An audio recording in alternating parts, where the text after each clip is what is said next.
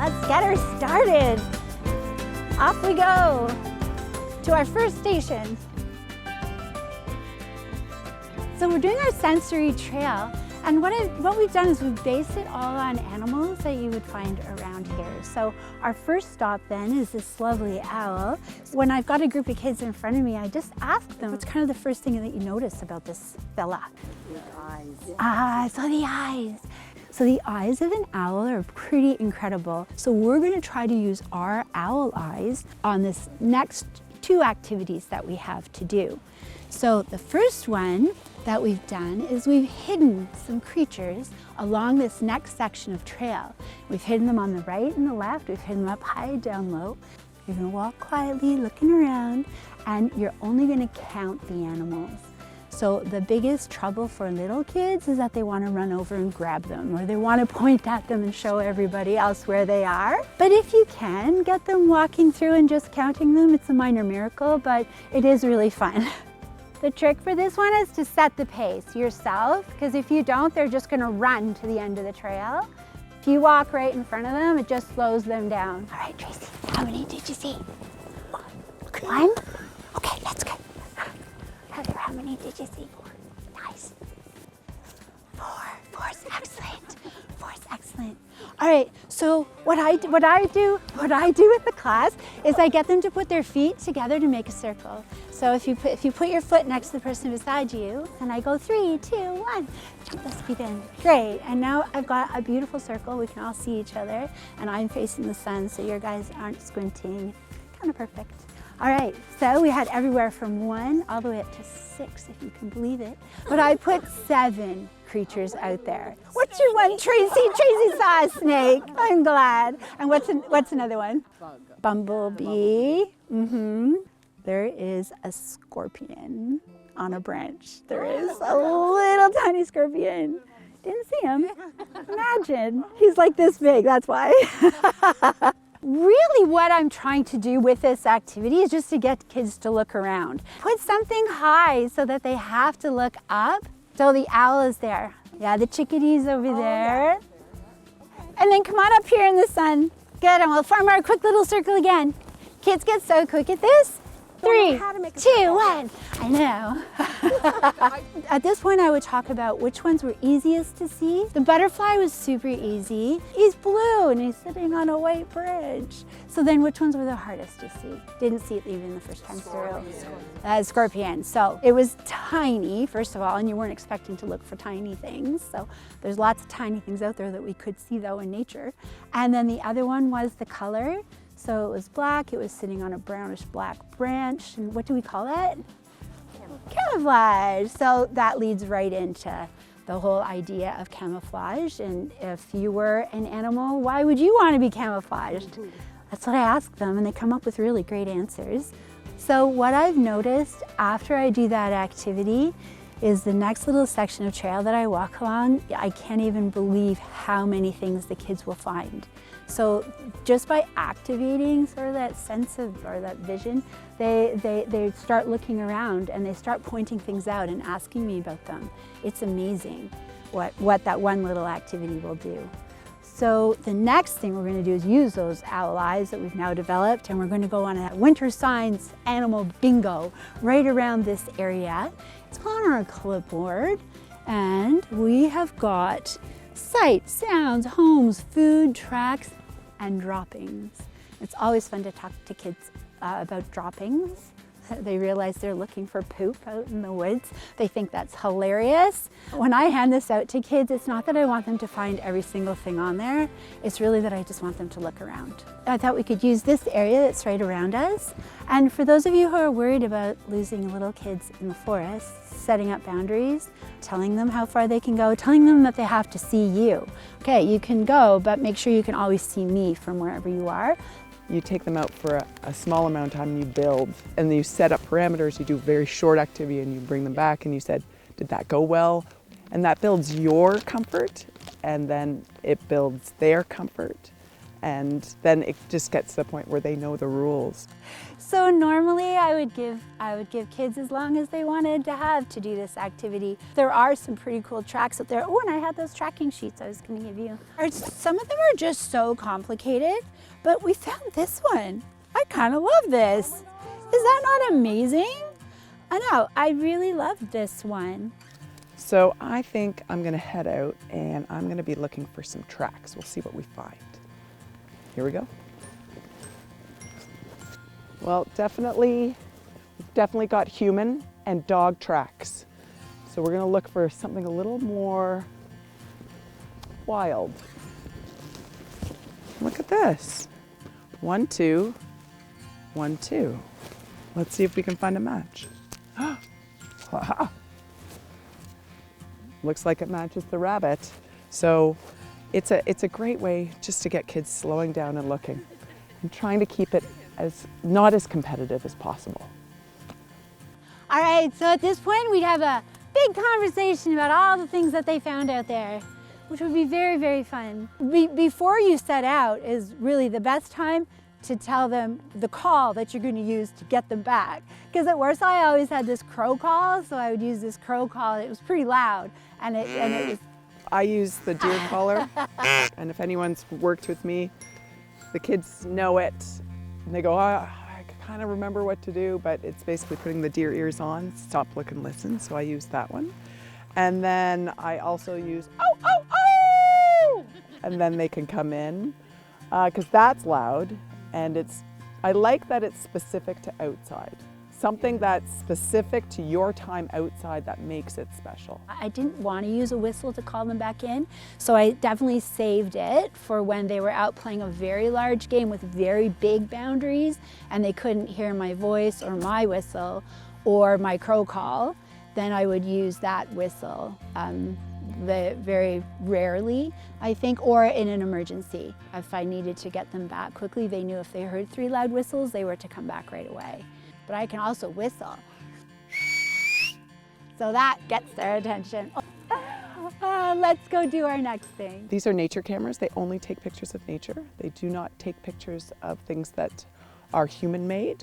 And so would they take a picture of the soccer goalpost over there? No, no. How about the school? No. So I like to introduce it, what's the difference between natural things and things that are made by humans. All you have to do, these take pictures of close up and far away. So you find something you like and you focus it, and then you just press this button right here, and then it'll take a picture of that. And you can scroll and look at all of your pictures. Or there might be something really small that you want to have a look at, and you can take that picture there. The other thing is there's video. So if you want to use the video, then you just press that top button and you can follow a bird. Okay. Now, can I take a picture of Kat? Oh yeah, it worked. Why did it work? She's outside. She is outside. She's part, and a lot of times I ask, are we part of nature? And kids, no, no. So if I can get one concept of that we are part of nature, we are mammals, that sort of thing, that's kind of a, I'm hoping an aha moment, but I never know. So what we're going to do is just walk along the trail, and you can take as many pictures as you want. You can show your friends, okay, if there's something that you see, and then we can do a big selfie to start. Are you ready? Okay, ready? Nice, nice. Professional collaboration. Sometimes the students have a hard time letting go that these aren't real cameras. No, they're not real. They're popsicle sticks. And no, they're real. No, they're popsicle sticks. No, they're real. So, but at the end, usually I ask, what were some of your favorite pictures? Do you want to show everyone? And some kids actually go, oh, it's back here. And they go, okay, no, that's the dandelion I saw. So some can grab on, and some are fighting it the whole time and have fun fighting it though, and that's okay. All right, so we're moving on to our next animal. So first thing that jumps out, again, those ears. Look, they're monstrous. Can you imagine if our ears were that big? Deer actually, their hearing is not that much better than our hearing, but they hear at different frequencies than we hear. And because their ears can turn, that is the really cool thing, that unlike us, they can hear in all these different directions, so like big satellite dishes catching on. So we can actually make deer ears right now. We can cup our hands behind our ears like this. And a really cool experiment is face me right now, and I'll just keep talking with exactly the same volume. And as I'm talking, take your ears away and then put them back on again and just see, can you actually hear me? Much louder, try it again like that. And I haven't changed the volume at all of what I'm saying.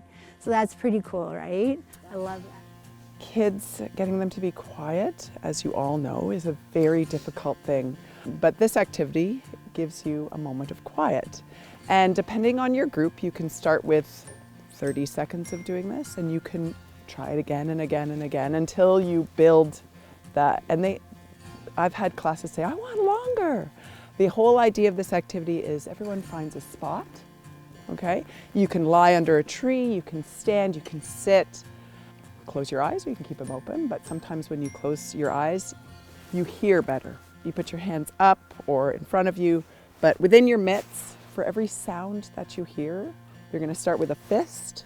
So with every sound you hear, they just put up one finger.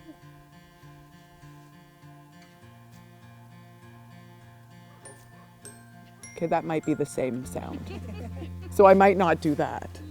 But just so you're basically listening and then counting the sounds and then trying to remember what some of those sounds are. Yeah, and if you wanted to just start with like 10 seconds, you can just do it in a circle like this, and they just close their eyes and put their hands up like this. And then they're putting their fingers up, so it's quick, like you're in the circle, hands up, 1, 2, 3, quiet, go. And then when that kid starts to squiggle, like, okay, what did you hear? Moving on to a dog. But when you look at a dog's face, what is the big, obvious, huge thing that they have that we don't have?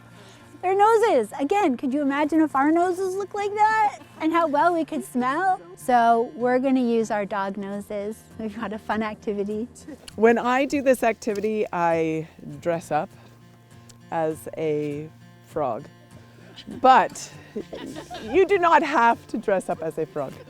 Sometimes being in character, because they are used to you all day doing the same, being the same, sometimes coming out as a character every once in a while, they're like, oh. So as that frog, I have a perfume company, and that perfume company is just based out of my swamp. And so my perfumes are really bad. So I have been called to come to you to ask your help. So that you can make a perfume that actually smells much better than my swamp does. So everybody will get a cup, and in that cup you can collect things. So when I do this in the fall and the spring, it's all stuff on the ground. In the winter, you can talk about what's available. Like, there will be stuff on the ground that you can use, but if there is something that is living and there's a lot of it, it is okay to take just a little bit. Okay, so you can talk about that concept of let's try not to, especially in spaces where 30 or 25 kids pulling things. So finding things on the ground that have already fallen, and you're going to make some perfume. In the winter, I was thinking you can make an ice cream sundae, what I was calling a smelly sundae. So you can add snow to it. You can add, here there'll be lots of cedar, but there's also some sticks and stuff on the ground, and get a stick and stir it up and see the difference when you rub it together before you put it in, and then you can smell it. And I always show them before I do it. My smelly sundae? It does, it smells really good. So at this point, we do our circle. You can do that. And given them an opportunity to name their perfume or their sundae, which is really fun. And they can pass, they don't have a name. And you share on one side and the other. So you're gonna share your smell, one side to the person on both sides of you. And talking about seasons and the smell of seasons is also really good. Like what does a cold day smell like? What does an early spring day? What is it? A chocolate.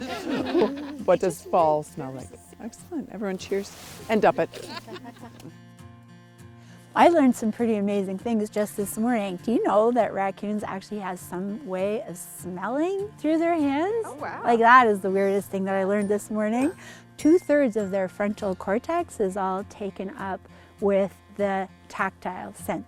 So we're going to use our sense of touch then for this. This is our last one, actually. Our last little section of trail that will take us back. Using clay, give them each about this much clay, and then I get them to press the clay on 5 different textures. So they take the clay and then they go to a branch and they press it, and then they take it off, and then we have a look and see what that texture is. And we can feel the texture, but with mitts on, not so much, but they can see the texture, so we can talk about that. And then at the end of that, I often let them make a tree monster. So they put their clay on the tree and then they create a monster. But in the winter, that's too much time with mitts off. So we were thinking that making a nature bouquet with their clay. So you could do a few of the presses or not, depending on how cold or how easy it is. But each of them, you're going to try to find along this trail different textures on different plants. Oh, this is going to be nice. So I like that. Yeah, and so you're going to find different things to add to your bouquet that have different textures to them. Okay? Another way to do this is if it's really cold outside, do your collecting outside and then bring it in, and then have your clay inside and make your little bouquets inside. I've done this at Warsaw a few times and it was adorable because at the end of the day, they're little grade 1s and they're all leaving with their little bouquets on the bus. Oh, they're never going to make it home. But they loved them, like they were so cute. All right, so that's the end of our sensory walk. So thank you for taking time on this beautiful morning to hang out in the woods with us. And that hopefully there's something that you can take from this morning, whether it's just a beautiful day in the woods, but hopefully something you can take back to your teaching.